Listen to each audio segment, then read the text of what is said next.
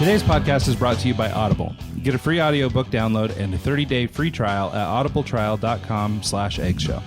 Audible has more than 180,000 titles to choose from for your iPhone, Android, Kindle, or just about any device you can imagine.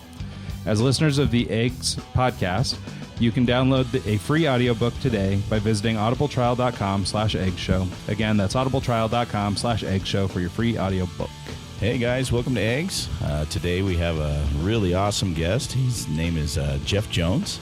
He's a DJ from Phoenix. He's a friend of mine that I've kind of gotten to know over the last couple of years through Facebook, of all places. But it turned into a fun trip down to Phoenix for me over the last couple of weeks, and I got to kick it with him, and he's a great dude. And welcome to the show, Jeff Jones. Woo. Thanks, man. Thanks for having me. Yeah, man. Thanks so much for making the time, man. I really appreciate it, especially on short notice. Definitely. Yeah. So you're one of those guys in the DJ. Of course, my mic stand decides to want to break right in the middle of this. You're one of those guys in the DJ community that I think is doing it right. Thank you. By that, I mean you're always busy. I haven't met a guy in the mobile industry for a while now that does nearly the events that you do, and even half of them, let alone the. I mean, how many do you a year? 100 plus, probably. Oh man, how many events? Yeah. Man, last year we did 372 events. How? I mean, it's just you and a couple other guys, right? That's pretty much your team. Your business is called Direct Sounds. Yeah. And you specialize in weddings and mobile events and club gigs as well. Yeah. Yeah, that's kind of our niche, so. Yeah, so maybe that's a good place to start, Jeff. Why don't you just sort of, Mike, of course, is in the business, so he knows what he's talking about. But for everybody else that's sort of on the outside, can you talk a little bit about just, what you do in your company and the type of service you offer? Yeah, definitely. So I started Direct Sounds in 2005 and just started off doing weddings mostly, any type of other private events I could get my hands on, like, birthday parties, anniversary parties, just whatever I could get paid to go play music for. But weddings were the most lucrative and kind of had just, we're more established, the DJ part of it. So I went after that first. And then once I had that going for a while, I was just tired of just being a wedding DJ and showing up and people expecting some kind of DJ tricks and stuff out of me. And so when I opened myself up to learn, be a better DJ performance wise and technical wise, I actually ended up opening myself to other opportunities gig wise. So then I was able to start doing bars and clubs and other things pertaining to actual mixing, turntablism, stuff like that. So when I was able to attain a higher skill set, I was able to do the weddings that I had already established, that business, but then go ahead and add a piece of the DJ pie for clubs and bars and stuff. Well, and the cool part about doing like the clubs and the bars and stuff like that is, I mean, you had a gig last night. Most people on a Tuesday night in the DJ world aren't working. They're waiting till Friday, to get the next weekend gig. And so being able to take those Tuesdays and Thursdays or the occasional, like Sunday night on Memorial Day weekend, or, it's nice to have those sprinkled in because that's just the gravy on top. So. It definitely is. And like tomorrow night, I'll do a wedding from 7 to 11, and then I'll go over to the bar and close it out till 2 a.m. And that's on a Thursday. Yeah, that's amazing. Just to even have a wedding on a Thursday, that's great. Yeah. And in June in Phoenix, because we're pretty seasonal here, as you guys are, but we're kind of like the opposite, which is crazy. From the Northwest, yeah. Yeah. So what's your backstory? Where do you come from? Are you Phoenix-based or? No. So I grew up in Orange County, California, Anaheim. Okay. I just grew up out there, hanging out with my cousins, playing basketball, riding BMX bicycles, Nice. You know, doing all that kind of Southern California, you know, kids stuff. And then my parents were divorced, and my dad kind of disappeared for a minute. And then when he came back into the picture, he came back and he wanted to try to find something that him and I could connect on. So he's looking for like a hobby or something that him and I could do together. And so he had bought this DJ setup. What was your first setup? Oh man, it was like a Gemini dual CD player. Mine was American DJ, 19-inch rack mount. Yeah, it was horrible. Yeah, it is like a 5-channel Gemini mixer, you know, in a carpeted case. And did you try and build your first road case, thinking that you could make it look good? We were fortunate enough. We had downtown LA in our backyard, so we could go down there and get super cheap DJ gear. Oh, every pawn shop had it. Yeah, we're that too. So how old were you at this time? Were you still pretty young? Yeah, I would say this is like 1994, and I'm like 16 years old. Okay. And then, you know, so he got it, and I'm like, oh yeah, this is cool. We were running CDs, and he was booking like little parties here and there. And we would show up, and they were like older parties, and all I wanted to do was play hip hop, you know. At the time, it was Dr. Dre and Snoop Dogg, and the West Coast kind of thing was coming out, and Gangsta's Tupac Paradise, and Biggie, and, you know, yeah. So it was all that's what I wanted to play, and I remember, so I would go to these events with him, and then he'd always get mad because that's what I wanted to play, and it wasn't, you know, really working with the crowd. So then, you know, at one point, we were just kind of like, yeah, this is probably not something that we could do together. So he was like, just take all the equipment, you know? And I was like, sweet. So then I started to throw backyard parties with it for our high school. And we started to get, you know, noticed by the jocks, because I wasn't a jock by any means, you know. I was it was just a hobby thing for you. And it pot smokers and stuff, you know. And so then all of a sudden, you know, the football team were like, hey, Jeff Jones, didn't you throw that kegger last Friday? And we're like, yeah, that was us. You know, that was our crew. And so then we made a party crew, and was throwing parties around town, and got a little noticed. And, you know, we saved up money, got some turntables. And then I knocked my girlfriend up. So then I was like, damn, I need a real job. Yeah, it changes everything, man. So then I'm like, oh, I need a real job. My mom's like, you got to do it right. Marry her, real job, blah, blah, blah. So I stopped DJing for like a few years. What did you get into? What was your real job, quote unquote? Electrical. So I was an electrician. Okay. Yeah. So, and that's a good job, you know, it pays well. I almost worked so then I moved to Puyallup, you know, I moved up to Washington. So that's the weird part is like he lived in Seattle when I lived in Phoenix, and then we kind of traded places. I went back to Seattle and he went down to Phoenix. But we never met. It's crazy, man. There, we met on Facebook of all places. Yeah, I think we had a lot of mutual friends though, and I was a big Barbangers fan. I think that's how I, you know, ended up linking up with you. I think I tagged you in a post with Barbangers in it, and that's kind of how we whatever. Anyways, a while ago. Well, so how do you go from Seattle to Arizona? How do you wind up in Arizona? Yeah, so you know, I'm doing electrical. So I get out of DJing in like 2000. I'm doing electrical family thing from like 2000 to 2005, and then I moved to Puyallup, you know, just a little southeast of Seattle. And I'm living there with a buddy of mine that I grew up. He went up there. That's why I went up there. And then I start to, you know, my family needs a little bit more money. And so I'm like, well, maybe I could pick up the DJing thing again. So then I start to DJ up there on the side. And then it really starts to do well for me. And I start to do a lot of mobile events, weddings and stuff. At this time, the economy's taken off too. You know, so people were paying like $1,000 for 13-year-old parties and stuff. Well, that's pretty good. Yeah. I was going to say that the budget in Seattle is so all over the place. It can be anywhere from $200 to $4,000, depending on who you hire and what you're looking for. So. Exactly. So we were up there till about 2009.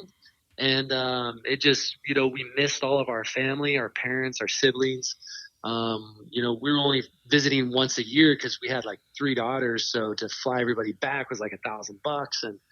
And so we were missing out on a lot of the small, you know, birthdays and things that families enjoy together. So we decided we want to go back down south, but we didn't want to do California because it was just too busy, too crazy, too expensive. And then my cousins moved to Phoenix, so we came down and visited. We really liked it. Saved up, moved down to Phoenix, and I just kept DJing weddings and stuff. I did some odd jobs, electrical jobs, just to kind of get things going until I could fill the calendar, and kept going. And then I think it was probably like 2011 that I was able to go officially full-time DJing. Isn't that a hard process to go and just say, okay, this is what I'm doing full-time now, and saying, all right, I don't need the day income, I don't need this is what I'm doing, and then taking that step and doing it. It's just something to be said about, like, okay, this is it, this is what I'm doing, and then doing it. Right. Yeah, and that's. Go ahead. How long had you been in Phoenix at that time? About a year? 2 years. So I came in 2009. Okay, and then you came down and started Direct Sounds in 2009, and then kind of it just slowly built up to 2010, 2011. You're able to quit your day income and just focus on that. Yeah, so I start Direct Sounds 2005 up in Seattle. I bring it down with me, but I kind of shut it down, and I decide to work for somebody else. I'm like, you know what? Maybe I don't want to do the admin part of it. I don't have to worry about booking. Man, I just want to be fed events. And so I started working for a company in Phoenix, and then the guy's like super controlling, wants you to sign like a non-compete, doesn't want you to do anything unless it's through his company. And I'm like, dude, if you can't book me X amount of gigs a week, like how can you tell me not to make money for my family? Well, that and the same time is like they're keeping, the majority of the income, and you're just doing the work. And if you have all the gear and you're able to do it yourself, why not? That's just shooting yourself in the foot. Yeah. Yeah. So then you got to take the risk on investing into some like bridal shows. I did a lot of those a couple times a year to kind of boost business. Was that like your main marketing, materials, just doing the wedding shows? Yeah, that, and then a website called Wedding Wire. Well, I didn't know it at the time. About them. Yeah, I think everybody does, and at the time I didn't really know what I was doing, but those were my two things that I focused on. And over time, I was able to build up a nice enough reputation on Wedding Wire that a couple of venues were looking for some preferred DJs and found me on there. And so then now I do most of my work through the preferred venues that I do. Well, so to Mike's question, like all the way back at the beginning of this, is how? So how did you scale the business up from, clearly you can't be doing all these gigs yourself. I bet you he does 90% of them himself. And that's the scary part is you were saying you only have one or two guys that work for you, but you're doing 300 plus events a year. That's some serious commitment. Yeah. So I do about, I think it was like 220 weddings last year. And I do, a few corporate functions. So like during the summer, we do pool party at a hotel every Saturday. And then on the holiday weekends, we'll do Friday, Saturday, Sunday out there. So you take those for gigs. Is that at the Wigwam? Around holidays. Yeah, at the Wigwam. Yeah, that's a nice place. Yeah. And then if you figure so then I have a residency at a bar, 2 locations at a bar. So if you add those, last year I was doing those 3 nights a week. So that's, over 100 spots right there. Yeah. And so, so out of the 220 weddings I'll do 80 of them approximately. And then I'll subcontract out the remainder to a small team of guys. That you can trust. That I trust. Yeah. I got one guy that's been with me since 2011, and I park him at one of the venues that we work for, and he basically just does anything that I don't do there. Like if I need a night off or I'm already booked, then I'll put him on that venue specifically. And then another venue I have the same thing with another guy that I'll send him if it's not me. And then our third venue, it has to be me. So, which is good for the guys, because then if I'm booked over there, it opens up more work for doors for them. Yeah. Yeah. So I have 2 solid guys that I use the most, but then I have a small network of guys that I use frequently. And then and then I know most of the DJs here in the Valley. So if you there get are times where I get yeah. Sometimes you got to do a wash, back in the day, that was kind of my game plan. Was I was going for the multi-system, take as many gigs as I can at a cheaper rate, and I was just pulling my hair out trying to keep my guys in line and trying to keep the systems booked. And that to me is, I kind of my business model kind of changed over the years to where I'm just the only guy now, and if I can't do it, I refer them to someone else, just because it's so hard to keep the equipment up, and then B, keep quality staff and people you can trust. It's right. Every single time I have a gig and I'm not there, I'm always worrying. You know what I mean? Yeah. So. Well, you're right. And it's stressful. And there are times where I'm at a wedding and, maybe somebody has an issue and then they're going to call me. Yeah. And so I'm trying to run my own wedding and they're trying to, call me to figure out what's going on with their wedding. Like we had one venue where the cocktail, they have a system for the cocktail hour that we just tap into. So we don't have to set up a system over there. And it had overheated because we had like a little heat wave during April. And I had one of my DJs calling me, and I'm at my own wedding, so my ceremony ends, we go into cocktail, I call him back, he's like, dude, the system's not working, what do I do? I was like, bro, take one of your speakers, throw it in the corner, and throw an iPod into it. Okay, cool. Yeah, it's stuff that because you've been around the corner and you've had to troubleshoot stuff like that in the past, whereas, the younger guys that don't have the experience, kind of have to be told. But yeah, so I mean, that's part of owning a business and having employees, is dealing with stuff like that. Well, so I wanted to ask you, so have you always been entrepreneurial? I mean, like, there's a couple things that you said as you were outlining your story and things that made me think, that you seem to carry yourself with like a certain level of confidence. Also just sort of like a hustle built in, like, hey man, I got to go make money for my kids and for my family. I'm just going to do it and hustle. Yeah. Is that sort of something that was, I guess, born into you? Like, are you just sort of that kind of guy, or is that something you've had to work on and foster? Yeah, definitely. I definitely get it from my dad. He's always been kind of entrepreneurial. And he's always run small businesses and kind of worked for himself. So I kind of get that from him. And, growing up as a kid, I used to do like car washes out in front of my house. Yeah. And just all kinds of small businesses, Man, you sound a lot like high me. School, so you're always looking to make money and stuff. I used to chop firewood and sell that, and my dad's truck suffered because of it, because some 14-year-old kid throwing firewood in the back broke the back window a few times.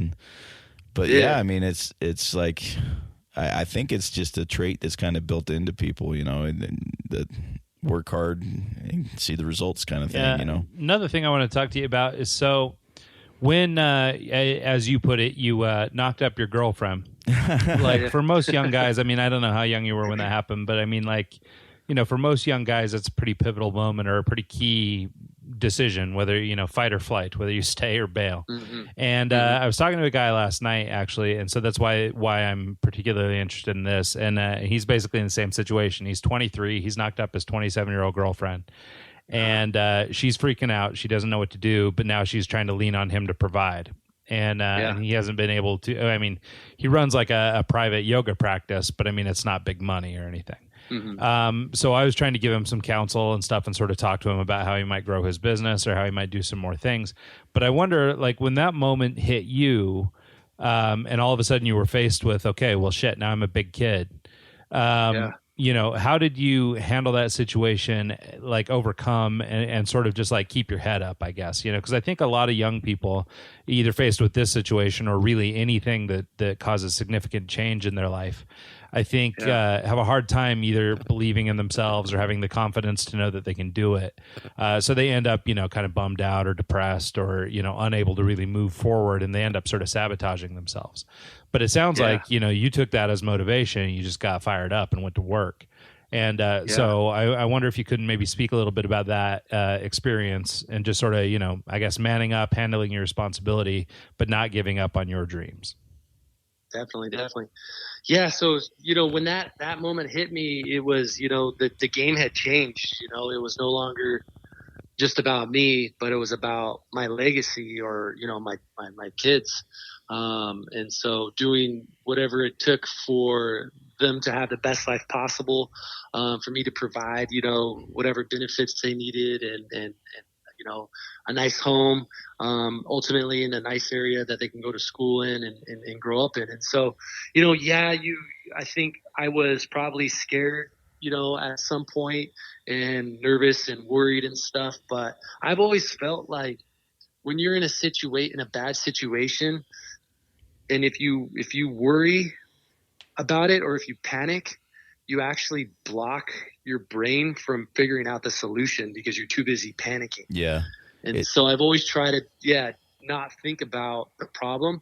And I think John Wooden, the basketball coach, I had heard him say or quote, it might not have been from him, but I feel like it was. But if you focus on the process and don't worry about the outcome will take care of itself. Yeah. So whenever I get in a big situation, I just focus on what I'm supposed to do and just have confidence that it's going to turn out.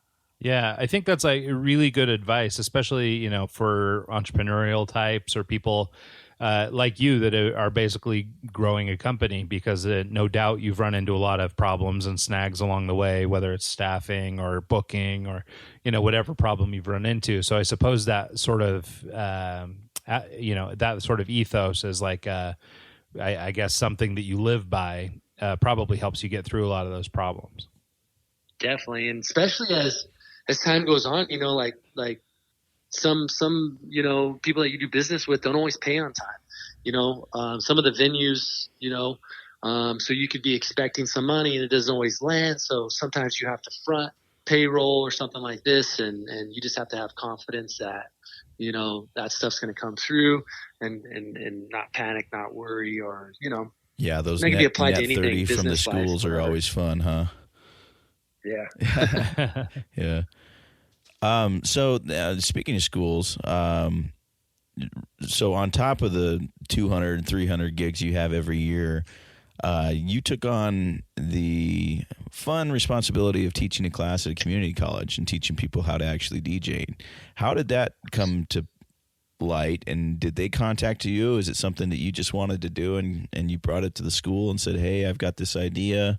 Or did they already have a program and just needed someone that, actually knew what they were doing? Yeah, definitely, man.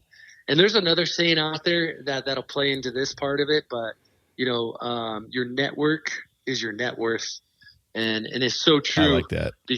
Yeah, it's so true because, I was referred to the community college, and it was just because of the people I know and the work that I'm doing, so I think if you set out with good intentions and you do your best, like, good things are going to happen. Right. Yeah. So, it was probably like 2013 or 14 that I decided that I'm on this mission, because my business, my mobile business was stagnant, like, for like 3 years in a row.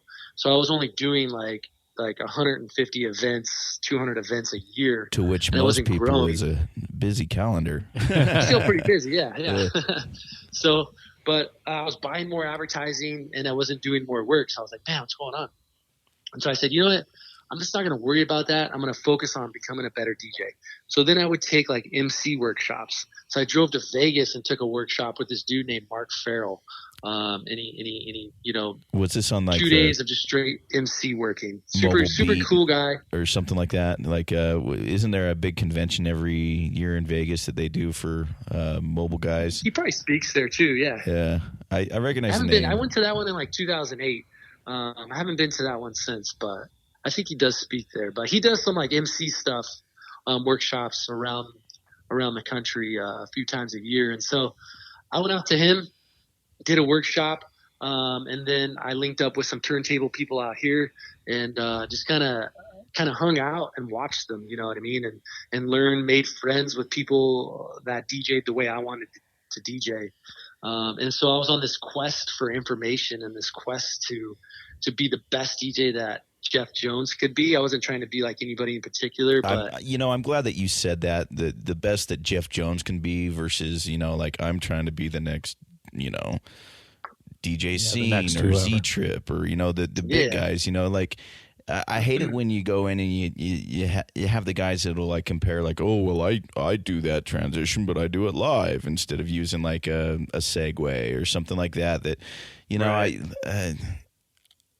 I'm going to do me, you do you, and we'll worry about, the outcome later or whatever. It just, I hate it when they're always comparing themselves to, Well, and it's hard, because when you're trying to sell yourself or whatever, it is helpful if you can draw comparisons like that. But I think having the confidence to go out and make your own brand and make your own sound or your own whatever it is, I think is kind of is key, and that's how the most successful guys are doing it. They're definitely inspired by big name DJs of their era, but they're not trying to be that person. They're trying to be the best version of themselves. So I think that's really good advice. Yeah, and I think ultimately too, everybody is a little piece of who they like the most. Yeah, like I love DJ AM. Scenes obviously, dope as hell. Four Color Zach, you know what I mean? But all these big names, Z Trip, Jazzy Jeff, of course, Craze, you know what I mean? So you take like all the elements that you like from somebody and you try to add that to your own show, and then that's ultimately what you become. So on this quest to learn as much turntablism and all this stuff as possible, I started to become a better performance DJ at my events. So then my calendar started growing, because now I was a legit DJ. I just didn't come in and do wedding stuff. Like I was actually mixing and scratching. And then I felt like this newer generation knew what a good DJ was and didn't want their parents' wedding DJ. Yeah, they don't want the old guy that's trying to get everyone too hyped up for nothing. Yeah. Over the chicken people don't dance. Want that. Because people go to the bar, hey, the don't club. Talk shit on the chicken dance. The Macarena's made it. I had a request for that the other night at one of your venues. Dude, hey man, I have no fear to drop it, man. I got a twerk I'll drop remix. it. So actually, I'll mix in the beginning, man, just so everybody hears it on loop. And then if they don't bite on it, I'll slip into like Drake's One Dance or something to get out of it. But sometimes I've slipped out of it and they've gotten pissed off because they wanted to ride. They're like, they're like, what are you doing? That's what I'm doing. And I'm like, oh shit, let me bring it back. 20 years later, we're making a comeback. I know, man. Hey, it's still like one of the most downloaded ever, man. Oh, was it? I bet, yeah. Yeah, it's one of them. I think it just got beat by Despacito, but I think before that was the one. But I mean, it took 25 years or whatever. Right. But, yeah. So then I was just learning, and then I hooked in with some of these wedding venues, and then I thought to myself, oh, I need to expand my team and I need a training facility. So I opened up an office just in an executive suites, and then I started to train some wedding DJs. But in order to pay for the office, I created this thing called the Arizona DJ School. I remember and I advertised it on social media. You were doing that with another guy, right? Yeah, so I started it by myself, got it going, and then my buddy from Scottsdale comes down to one of the classes and he's like, yo, I really like what you're doing here. Can I get in on it? And at that point I was like, you know what, man, I'm so freaking busy. You can just take it over and run it because I don't have time for it, Yeah. And so that's what he did. So he took it up to Arizona, up to Scottsdale. And he's running it out of an office up there. And if you check them out online, Arizona DJ School, they're doing some good stuff. He's hooked up with like BPM Supreme and some other cool sponsors and stuff that they collaborate on equipment and sessions and stuff. Yeah, I think that's super cool that you point out something like that and that you landed on this idea of training people. So many people are caught up in competition and they don't want to somebody to take their work or whatever, and I work in advertising and design, and that type of thing is rampant. You don't want to pass somebody to a client, even if you don't have time, because you don't want that person to then take what could be yours. Well, you run into the same thing in the DJ field with gigs and venues. Like I can't tell you how many times. There's one guy in particular that I used to send to middle schools. I'd send him to high schools. I'd send him all over the place. But then I'd find out 3-4 months later he's handing out business cards at these events trying to promote his own business. Yep. And it's like, I get it. I understand, but at the same time, it's like that's my client. Well, and I think the point I was trying to make is that the idea of sort of training these guys to work with you and your methodology and your style, I think, is kind of a mature business thought in that, you're not trying to breed competition, but, why not work with the best? And they can only be the best if they, work like you work. Well, if you want them to represent your, package, if they hire Jeff Jones, this is what they're going to get. Then you have to be the one training them from the get-go how to do it. Well, and I think a lot of entrepreneurs or small business operations don't think about that. They would be afraid that people would be coming to Arizona DJ School to learn how to go out and take their work, or whatever, and might be hesitant to go out and teach it. Yeah. But instead, you were looking at it from the other angle. It's, hey, I need help. Let me train people to be, like me. And yeah. And I think I had an experience that kind of led me to think that way. But so I had this one guy that worked with me, and he was kind of like an okay DJ, but I kind of helped, bring him up to speed in order to cover my events. Because here's the thing, I didn't want to be a mobile DJ. I just wanted to do myself. But if a venue that calls me often calls me and I'm not available, and if I don't cover it for them, then they're going to call somebody else who they may end up calling over you afterwards. Right. Yeah. So, and then I don't get that call back. So then I was in a position where I had to get it covered. Otherwise, they may call someone else. But this one guy, I trained him. I kind of, God, there's a word I'm looking for that I can't think of it. It's like manicured him or something, mentored him. So I brought him up to speed, and now he's off on his own, doing his own thing. But I don't look at him as competition, because I feel like I've been doing it longer than him, and because I continue to learn more, he'll never catch me. So I feel like he's become more of a valued partner. Well, that's exactly what it is because he's going to get his own gigs regardless. And you're going to have your calendar that's already full. But if he has a date off and you can call him, you can cover him, and you can trust him, that's a great thing. And that's what it really comes down to is having – so I always say like when I hire somebody, I never tell them like they're an employee, they're a contractor. And I mean, the public thinks we're a company, but in reality, we're just a group of businessmen or business people working together. Yeah. And it doesn't matter whose company name you're going out on, as long as we're all getting paid to do what we love. I mean, life's good, right? Yeah. Can't go wrong. So, or I don't have to punch into the corporate gigs, then I'm good, man.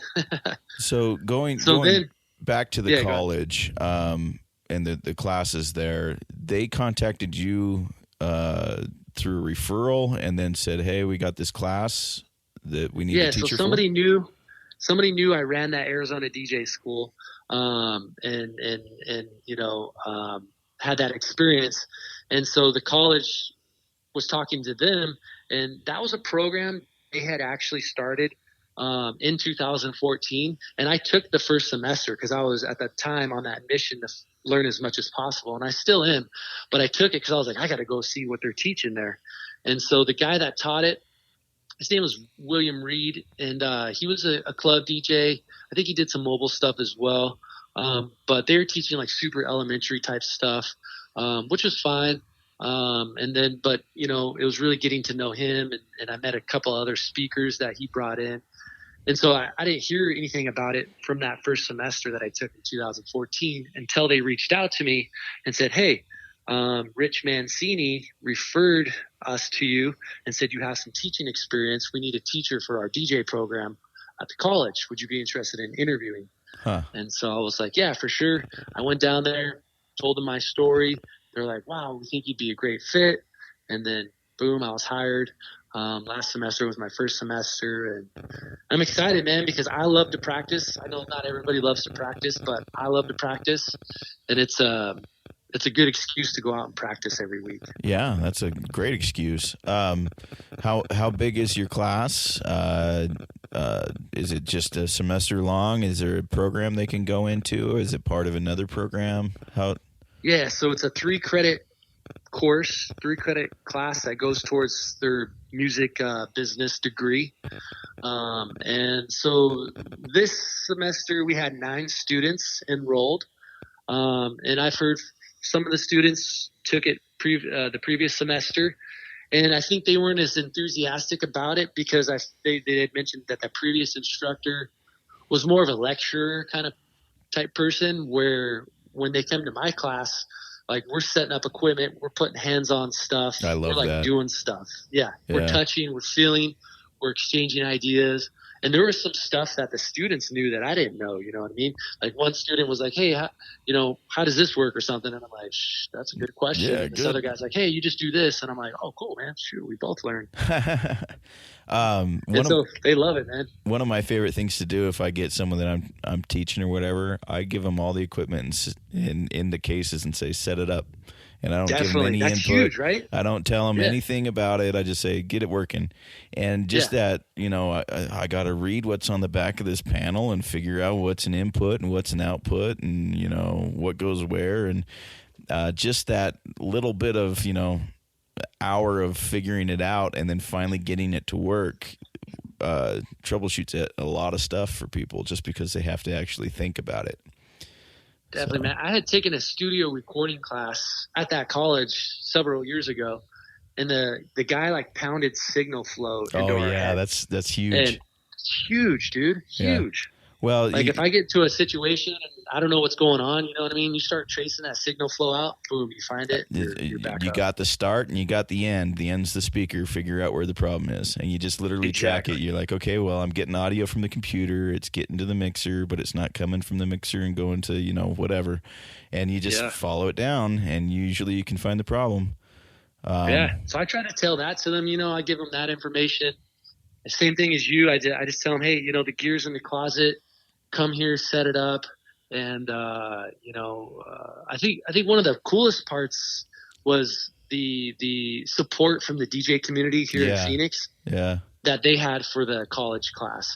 Because as growing up, we didn't really have access to classes for DJing and stuff. This is kind of I remember I used to go to a website called djuniversity.com or something like that. And I would read blogs. And try and figure out this is how you announce the first dance. I think that was ran by that Mobile Beat magazine, right? I think it was, It was a pretty good resource. I mean, it was the only one I knew of, Right. Had some solid information on there. Yeah. But, so I would bring speakers out, though, man. I mean, I was bringing, like, local legend Robbie Robb out, new phenomenal DJ that's just killing it, dude. DJ Javen came out, and both of them are from, local hip hop station Power 98.3. We had, Action, who's the Arizona Red Bull champion. Nice. So we did a video DJ that came out and talked about video, and these guys were so thrilled. They were like, this was the most informative packed semester they've ever had. So well, I see I follow your Instagram and I see some photos of stuff you do, and it looks like a really nice kind of setup. They invested in a lot of nice gear. Dude, they give us like 5 of the SX controllers. We got the DJM 900 Nexus mixer, CDJ 2000s. Wow. We have 4 pairs of Techniques, the S9. So they spent a good grip load of money on the That's awesome. That's really cool. Cool if you don't know what to buy, what's that? I just think it's cool that there's a spot for that in university, that you can go and you can actually learn this as a trade. Well, and the thing is it is a trade. I mean, like you look at guys like Jeff, he's making good money doing it. And so I always tell people, like, if you're not making 6 figures DJing, like, come talk to me. Come take my class. Yeah. You know what I mean? Like, it's not hard to do.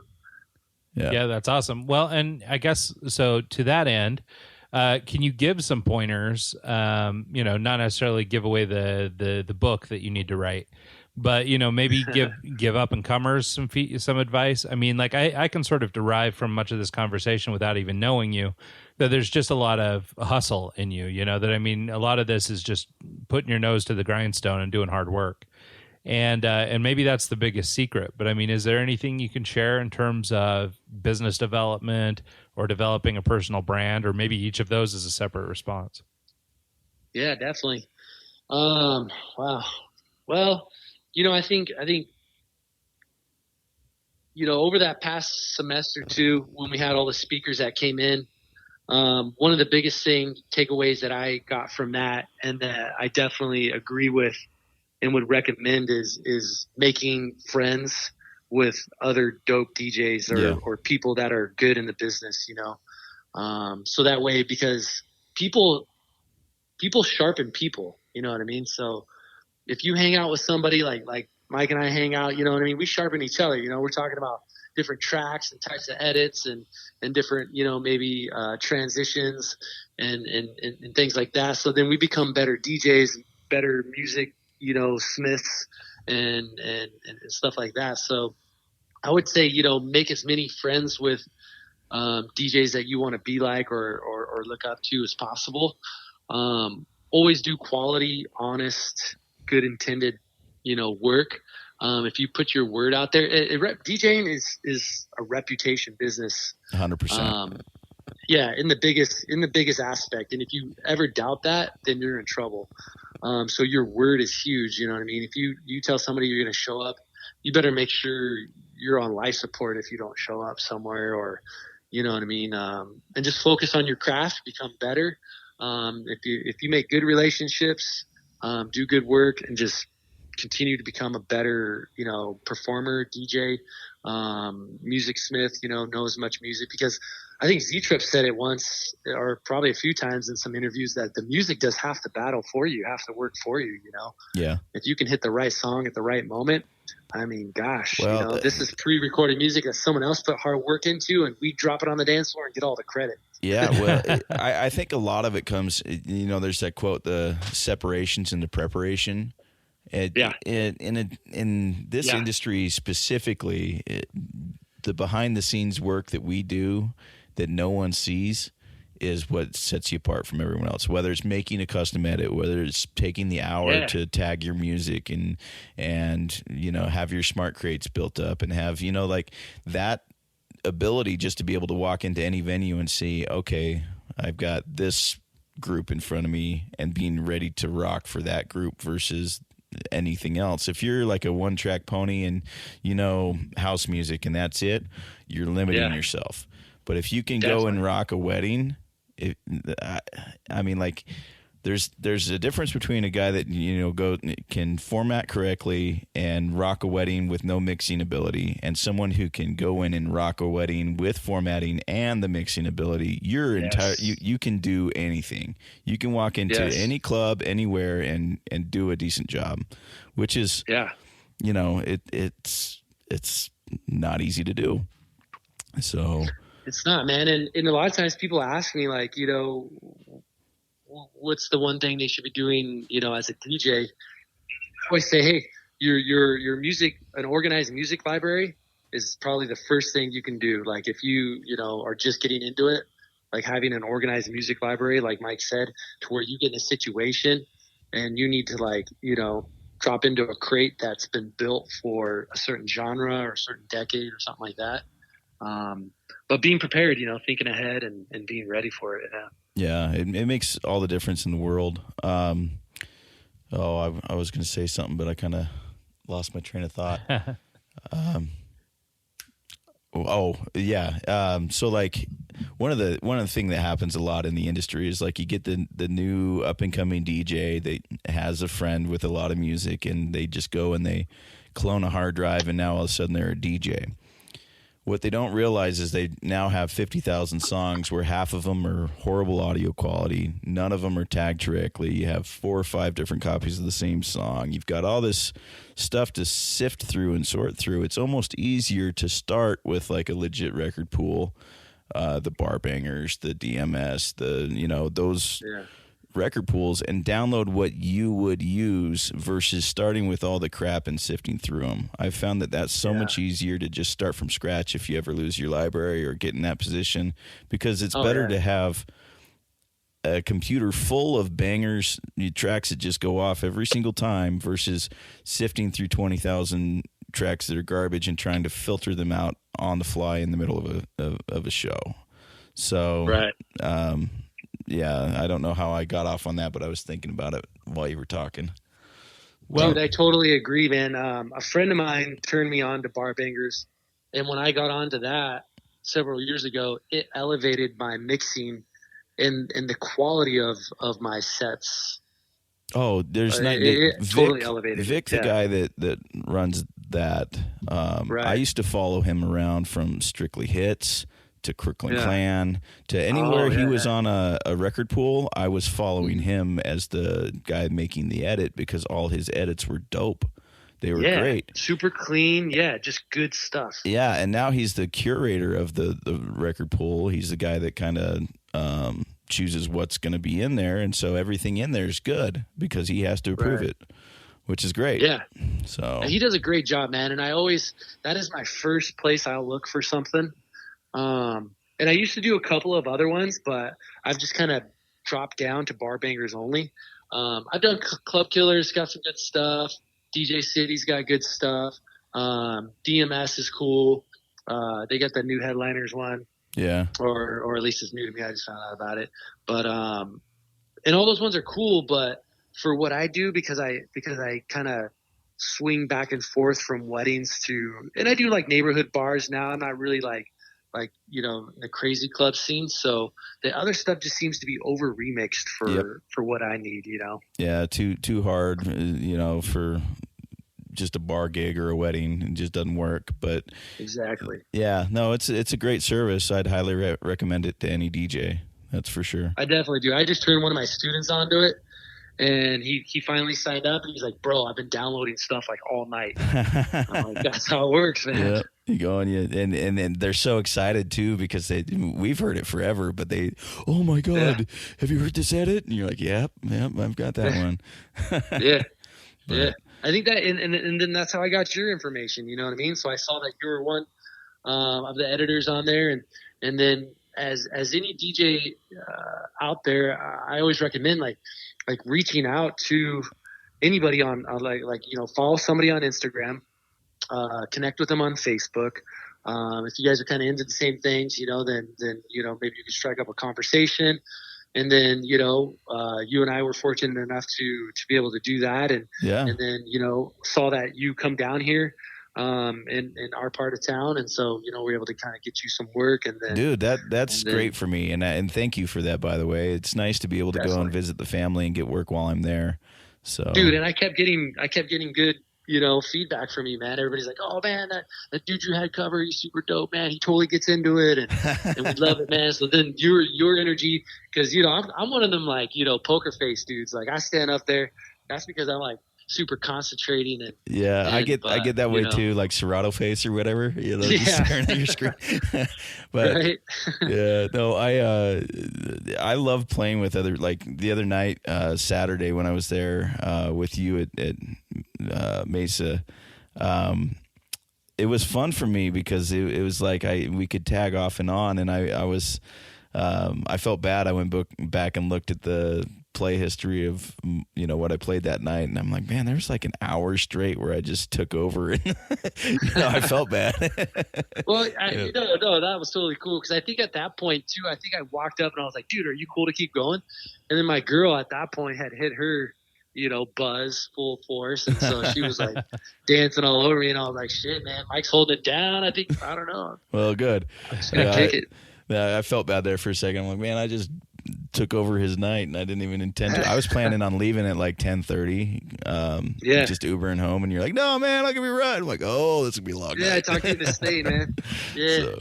Well, then I had a truck full of gear too. I had to pile all the stuff in the back, and my girl's like, can you drop my friend off too? And I was like, shit, yeah, we'll just make it fit. Part of the deal, right? It's the lifestyle, man. Yeah. So Jeff, I wanted to ask you just a couple more business things before we wrap up. I wondered if you could talk a little bit about business development or like finding new clients. So, I mean, for you guys, I'm sure a lot of it comes by word of mouth, but I wonder if there was anything that you could point to, different methods of advertising or marketing that you do, anything that you might point to that could be replicable by, you know, an up and coming DJ or somebody who's trying to build a, you know, take their business and make it bigger. Definitely. So I actually feel like I'm at a sweet spot in my business, and I'm personally not looking to get any bigger than what I'm currently at. So I think there's something to be said about recognizing a situation like that, because I'm a performing DJ as well. So I feel like if I got any bigger than what I am right now, that I would have to take away from my performing aspect of it and be more of an administrator, You know, focusing on HR type stuff, right? I'm glad you said that, because I'm in that exact position right now. I've been working on a website project for 3 years, and I haven't done like everything I'm DJ wise, zero practice. I'm just, you know, I'm kind of phoning it in over the last couple of years because I don't have time to practice. I don't have time to do this. I don't have time to do that. And it makes me feel bad. Whereas before I would go and I'd practice 2-3 hours a day, and I would, you know, try and get better and do this. And I'm excited for this project I'm working on to be over with, so I can get back into being able to practice. That's the thing, because if you get too busy, sometimes you like don't have time to be creative. Yeah. You know what I mean? Or if you're just focusing on one creative project, then you can't be creative in other aspects or other parts of your business that still need to be, you know, like your live sets and stuff like that. You know what I mean? Sometimes they need to be, you know, freshened up or redone or retooled or stuff like that. So, so I'm personally, you know, but I know one thing that I get told a lot is that I'm pretty good with Instagram and like Facebook and just kind of promoting and telling my story as I go along. You know, I think posting just stuff that I think is cool. I'm not trying to do anything like different, but you know, I really just try to showcase some of the cool events that I'm a part of. I really think that the college is something cool, so I really try to show that off a lot. And you know, I was just at a wedding venue in Sedona and took a picture, posted on Instagram. Someone called me just off that picture and booked me for that same venue later in the year. Isn't that cool? Yeah, it's super cool, man. So I say, you know, constantly, if you want to grow your business, stay on top of your social media. You know, pictures are worth 1,000 words. Expand your network. Well, and you know, and it's funny too, because I think you hit on something. Somebody said, I think it was one of these inspirational business dudes, said basically with social media that the name of the game is documentation, not fabrication. So right. You know, you're taking your life, you're documenting each moment, but you're not creating something specifically for social media. And I think that authenticity, you know, is part of what makes that work. You know, versus going out and just creating content specifically for Instagram or specifically for whatever. You're just actually out promoting what you're doing anyway. Absolutely. And yeah, so I use it as like a working journal. You know what I mean? Like, here, this is what I'm doing this weekend. This is what's happening. And, you know, the lifestyle of a DJ is so cool. You know what I mean? So then when people think of me, they think of a DJ, right? They think a DJ. And then when somebody in their family or friends circle gets married or throwing an event, needs a DJ, or their brother manages a bar, needs a DJ, who are they going to call? Dude, Jeff Jones, he's killing it. He's always doing stuff. I just saw him here. I just saw him there. You know, he's the guy you need. And how do you handle the family hookup? I need a DJ, but I don't have a budget. But they're your homie. It really depends on how much I like them. I know, right? That's a big, big factor. Like if I like you, I'll do it for free. You know, I mean, this is what I do, and I make enough money to be able to do that. You know what I mean? Yeah. And sometimes the personal satisfaction is payment enough. You know what I mean? And I've done that a couple of times last year. Where this one guy, he was the GM at Dos Gringos, and he hooked me up with all my nights. He gave me those flexible guys you just hook up. Those are the guys, you know, you earned it. Thank you. Yes. He's like, Jeff, I'm getting married. I want you to how much? I said, dude, buddy, don't worry about it. I got you. Yeah. Showed up, rocked his wedding. It was on a Sunday too. So I was like, I still made my money. Well, that's the thing too, is they're all industry. So they're going to have their stuff on an off night anyways, you know? Exactly. So. Yeah. And then if it's like someone that, you know, is like, oh, we're friends, but my friend is getting married or my sister's getting married, I don't know. It really just, I don't know. I just take it by ear. Like, where's I give it them my at? rate, and then I say, this is what I give a discount for a homie hookup. And that's usually like $500 off or something like that, just to hook them up. But I still get my expenses covered. Right, for sure. For sure. Yeah. So many factors come into play. Like, what time of year is it? You know, where's the venue? What do I need? You know what I mean? Am I working my ass off? I'm working my ass off. You're not getting that much of a discount. Sure. Yeah. I mean, you gotta cover bases first, especially with the family and everything. So we're starting to get towards the end of this thing, Jeff. I wanted to ask you, do you have any like sort of, I guess, parting shots or anything you want to leave our audience with, or students or up and comers in the DJ biz, or anybody else? Do you have any, like, I guess, just sort of practical life advice, or maybe the bit that you wish you'd have found out a little bit younger? Yeah, definitely. I think when I was 16, when I was first introduced to it, and then when I was 18 and 20 and stuff like that, I felt like I didn't realize the potential for it to be a serious career. Yeah, I keep telling myself that same thing. I'm just doing this for fun, and then realize, whoa, I've been doing this for 20 years. Yeah, and you're making a living at it. You're paying the bills. You're raising a family, maybe. So it can be done. Like, you can make more money than a lot of people out there, and you can actually beat. I used to tell myself, dude, I beat the system. Before I had like midweek gigs, I would say, man, I got 5 days off and I work 2 days a week. You know, and most people work 5 days and have 2 days off. So, yeah. But the better you become, the more opportunities you have to be busy. And so I take a lot of those opportunities. But I would say, you know, if you're young and you're thinking about it, like, don't underestimate it. It can be a serious career. You can make 6 figures. You can make a decent living. Just put your heart and soul into it and don't give up. Because I think, even DJ AM had an interview once. He was like, you have to do it even when you sound like shit. Yeah. That's cool, man. That's really great advice. I think that's just that idea of sticking to it, learning, continually learning, all that stuff is super powerful. So I guess and the destination is the journey. Oh, I love that. So cool. Well, with that, I think we'll call it a wrap. Can you give us, where can people find you online, all that kind of good stuff, if they're looking to book you or just find out more about what you do? Yeah, definitely, man. Instagram's probably the best, Instagram at DJ Jeff Jones. Companies Direct Sounds, directsoundsdjs.com for the wedding kind of stuff. But yeah, definitely, at Direct Sounds DJs for Instagram too, for the company's Instagram. But yeah, definitely, link up on Instagram. Find me on Facebook. I'm friends with Mike, so check it out on the friends list. And yeah, I'm always looking to make more friends, to build a bigger network and chat DJ. So I love DJing, so I'm always down to talk about it. That's killer. Well, cool, man. Thanks so much for your time. Really appreciate all you've done and all the good advice I think you gave out today. I think it's super valuable. And just thanks again, man, for doing this in such a pinch. Absolutely, man. Thank you guys for having me. Yeah, I really appreciate it. So, and with that, you can find out more about this show at eggscast.com. You can find me at r2mg.com and Mike at djontic.com. And yeah, that's it. So let's everybody have a great week. Stick to it and keep on learning, in the words of Jeff Jones. So, all right, thanks so much, man. Have a great week.